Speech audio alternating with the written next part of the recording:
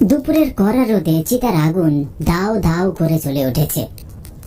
চিতায় যে শুধু আমার বাবার লাশটি জ্বলছে তা নয়, বাবার লাশের সাথে সাথে জ্বলে পুড়ে ছাই হয়ে যাচ্ছে আমাদের পরিবারের প্রতিটি আশা, ভরসা আর স্বপ্নগুলো।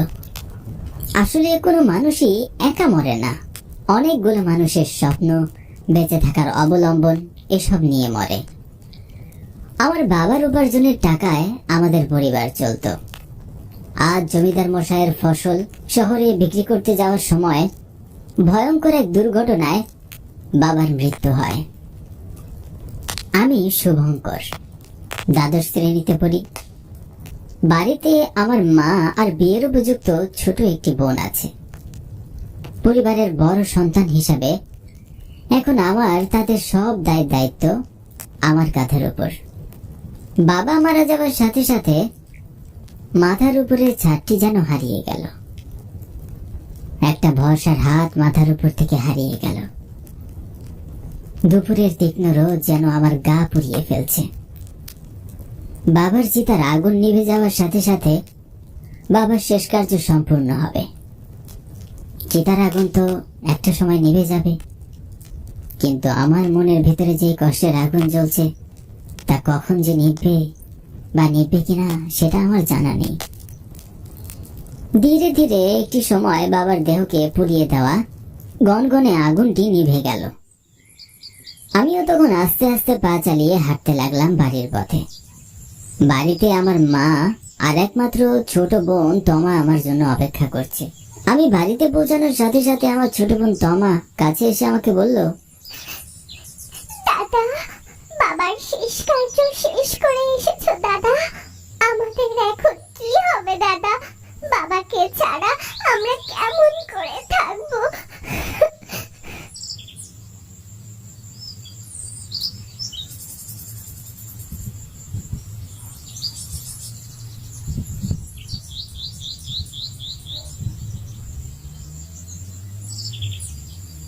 এই ভিটে ছাড়া আমাদের আর কিছুই নেই খোকা। আমাদের সংসার কেমন করে চলবে? আমি কোনো কথা বললাম না, চুপ করে রইলাম। তমা এবং মায়ের কথার কোনো উত্তর আমার কাছে ছিল না, তাই আমার গলা দিয়ে কোনো স্বর বেরোলো না। বাবার মৃত্যুর সাথে সাথে সংসারের সব দায়িত্ব আমার কাঁধের উপর পড়েছে। এখন আর আমি হাত গুটিয়ে বসে থাকলে হবে না, আমাকে কিছু একটা করতেই হবে। সংসারের হাল ধরতে হবে, মা এবং বোনকে সামলে রাখতে হবে। আর সময় নষ্ট না করে জমিদার মশাইয়ের বাড়ির পথে হাঁটতে শুরু করলাম।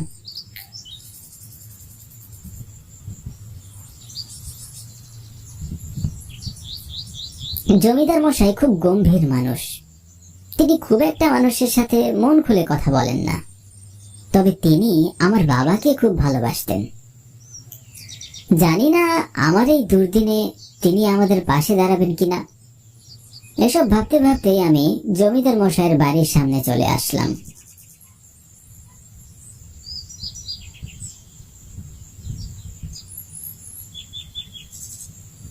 আমাকে দেখে জমিদার মশাই খানিকটা দুঃখিত হয়ে বললেন,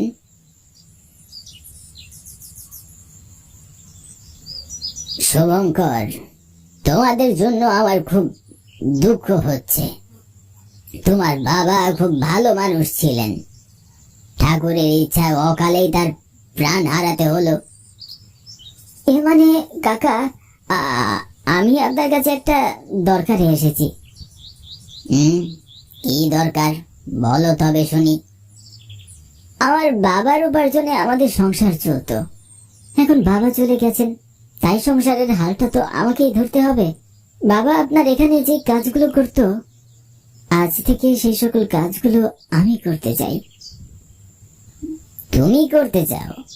জমিদার খানিকক্ষণ চুপ করে রইলেন, তারপর বললেন, শুভঙ্কর, তোমাদের জন্য কিছু করতে পারলে আমার মন খুব ভালো লাগবে। তুমি পড়াশোনা শেষ করেছো, তোমার বাবা যে সকল কাজ করতো তুমি সে সকল কাজ করতে পারবে না, তোমার পড়াশোনার ক্ষতি হবে। আমি তোমাকে অন্য একটা কাজ দিচ্ছি। শ্মশান ঘাটের পাশে আমি নতুন একটা গোদাম ঘর তৈরি করেছি। সেখানে রাতে একজন পাহারাদার প্রয়োজন। আমি চাই কাজটা তুমি করো। এতে আশা করি তোমার পড়াশোনারও কোনো ক্ষতি হবে না। আমি কিছু না ভেবেই জমিদার মশাইয়ের কথায় রাজি হয়ে গেলাম এবং সেদিনই কাজ শুরু করে দিলাম। রাত তখন খুব বেশি না, কেবলমাত্র সন্ধ্যা হয়েছে, কিন্তু আশেপাশের জনমানবহীন স্তব্ধ পরিবেশ দেখে মনে হচ্ছে গভীর রাত। আমি হাতে ছোট্ট একটা টর্চ আর একটা লাঠি নিয়ে গুদাম ঘরটির সামনে এসে বসে আছি। শ্মশান ঘাটের পাশে গুদাম ঘরটির অবস্থান হওয়ায় সেখানে খুব একটা লোকজনের দেখা মেলে না, তবে মাঝে মাঝে চুরির খবরও পাওয়া যায়। চারিদিকের এই থমথমে পরিবেশে ঝিঝি পোকার ডাক আর ব্যাঙের ডাকই আমার সঙ্গী। এমন একটা পরিবেশে একা একা পাহারা দিতে আমার যে খুব একটা ভয় হচ্ছে না, ব্যাপারটা মোটেও তেমন নয়। আমার ভয় হচ্ছে ভীষণ, কিন্তু পাহারা দেওয়া ছাড়া আমার আর কোনো উপায় নেই, কারণ আমার একটা কাজ খুব প্রয়োজন। আর এই কাজটা করলে আমি সংসারের খরচ চালানোর পাশাপাশি পড়াশোনাটাও চালিয়ে যেতে পারবো। আমি এসব ভাবতে ভাবতে কখন যেন মাঝরাত হয়ে গেছে। আকাশের দিকে তাকাতেই দেখি আজ খুব সুন্দর চাঁদ উঠেছে। হঠাৎই আমি চমকে উঠলাম। কেমন যেন আমার মনে হচ্ছে আমার পিছনে কেউ একজন দাঁড়িয়ে আছে, কিন্তু পিছনে ঘুরে তাকানোর সাহস হচ্ছিল না।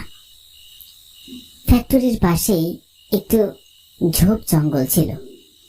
হঠাৎ করে ঝোপটা নড়ে উঠল। আমার বুকের ভেতরটা কেমন জানি অনুভূতি হচ্ছিল, তা আমি বলে বোঝাতে পারবো না। মনে সাহস করে বললাম, কে কে ওখানে? ঝোপের ভিতরে কে? আমার কথার কোনো উত্তর কেউ দিল না। হবে হয়তো ঝোপের ভিতরে শেয়াল বা অন্য কোনো প্রাণীর বাসা। আমি খামোখাই মনে হয় একটু বেশি ভয় পাচ্ছি। আমি মনের মধ্যে একটু সাহস জুগিয়ে এনেছিলাম। ঠিক তখনই কেউ একজন অদ্ভুত কণ্ঠস্বরে বলে উঠল, চলে যাও, এখান থেকে চলে যাও, আমাদের বিরক্ত করতে এখানে এসো না। আওয়াজটা যে আমার পেছন থেকে এসেছে তা আমি খুব ভালো করেই বুঝতে পারছি, কিন্তু পিছনে তাকানোর মতো সাহস হচ্ছিল না। ভয়ে আমার হাত পা থরথর করে কাঁপছে। ভয়ে ভয়ে আমি পিছনে তাকালাম, কিন্তু কাউকেই দেখতে পেলাম না। আমার পিছনে তো কেউ নেই, তাহলে আমি কার আওয়াজ শুনলাম? মনে হয় ভুল শুনেছি। শ্মশান ঘাটের পাশে ফ্যাক্টরি হওয়াতে হয়তোবা আমি রাতের বেলা পাহারা দিতে ভয় পাচ্ছি, কিন্তু আমি তো এতটা ভীতু নই। আমি চারদিকের স্তব্ধ পরিবেশটা দেখতে লাগলাম। তখনই আমি কোনো কিছু শব্দ শুনতে পাই। শব্দটা শুনে মনে হচ্ছে কোনো মেশিন চলছে,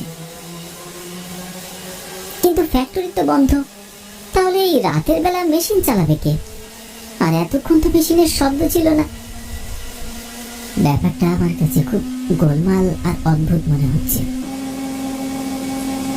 মেশিনের শব্দ ঠিক কোথা থেকে আসছে তা আমি অনুভব করার জন্য এগিয়ে কান পেতে শুনতে লাগলাম এবং বুঝতে পারলাম গুদাম ঘরের ভেতর থেকে মেশিনের শব্দ আসছে। আমি অনেকটা অবাক হলাম। আরে, গুদাম ঘরে তো কোনো মেশিন থাকার কথা নয়, তাহলে এখান থেকে মেশিনের শব্দ আসছে কি করে? একবার কি ভিতরে গিয়ে দেখবো? আমার কাছে চাবি আছে। না থাক, জমিদার মশাইকে না জানিয়ে ভিতরে যাওয়াটা ঠিক হবে না। আমি গুদাম ঘরের সামনেই বসে রইলাম। মেশিনের শব্দ যেন থামছেই না। রাত যত গভীর হচ্ছে মেশিনের শব্দ ততই বাড়ছে। মনে মনে ভাবলাম, না, এভাবে তো আর চলে না। গোদাম ঘরের ভিতরে গিয়ে একবার দেখা উচিত। তারপর ভয়ে ভয়ে গোদাম ঘরের ভিতরে প্রবেশ করলাম।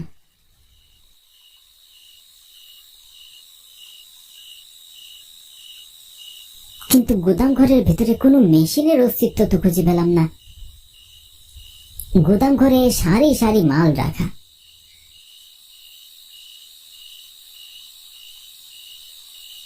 তারপর আমি গোদাম ঘরের বাইরে চলে আসলাম। গোদাম ঘরের দরজাটি লাগিয়ে আবারও গোদাম ঘরের বাইরে বসে রইলাম। কিছুক্ষণ পর মনে হলো কেউ আমার কানের কাছে এসে কিছু বলছে। চলে যা, এখান থেকে চলে যা, কেন আমাদের বিরক্ত করছিস? আমি চমকে আশেপাশে তাকালাম, কিন্তু আমি আমার আশেপাশে কাউকেই দেখতে পেলাম না। তখন আবারও গোদাম ঘরের ভেতর থেকে মেশিনের শব্দ ভেসে আসছিল। এবার শব্দের তীব্রতা পূর্বের থেকে আরো বেশি ছিল। খানিকটা বিরক্ত হয়ে গোদাম ঘরের দিকে এগিয়ে গেলাম।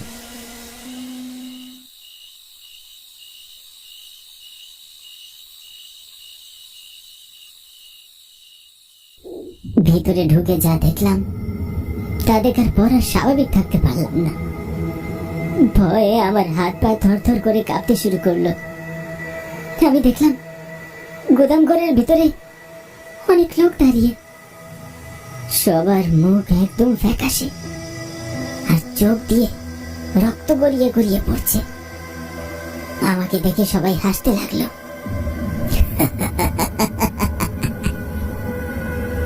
এরপর আমি আর সেখানে দাঁড়িয়ে থাকতে পারলাম না। আমি দৌড়াতে শুরু করলাম। এমন ভাবে দৌড়াতে লাগলাম যে একটি বারের জন্য আমি পিছনে ঘুরে তাকালাম না। দৌড়াতে দৌড়াতে আমি আমার বাড়ির উঠানে এসে পৌঁছালাম। এরপরে উঠানে অজ্ঞান হয়ে পড়ে যাই। যখন আমার জ্ঞান ফিরে পাই তখন আমি নিজেকে আমার ঘরের বিছানায় দেখতে পাই। আমার মা আর ছোট বোন তমা আমার পাশে বসে আছে।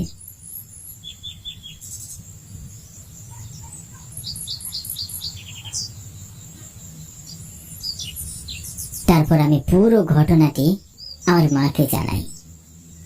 সব শুনে মা আমাকে বললেন, এখন থেকে অনেক বছর আগে ওই গোদাম ঘরের ওইখানে একটা কারখানা ছিল।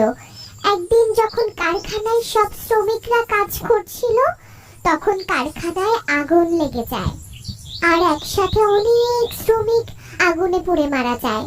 তারপর থেকেই সেই জায়গাটা পরিত্যক্ত অবস্থায় পড়েছিল। কেউ সেখানে দিনের বেলায়ও যেত না।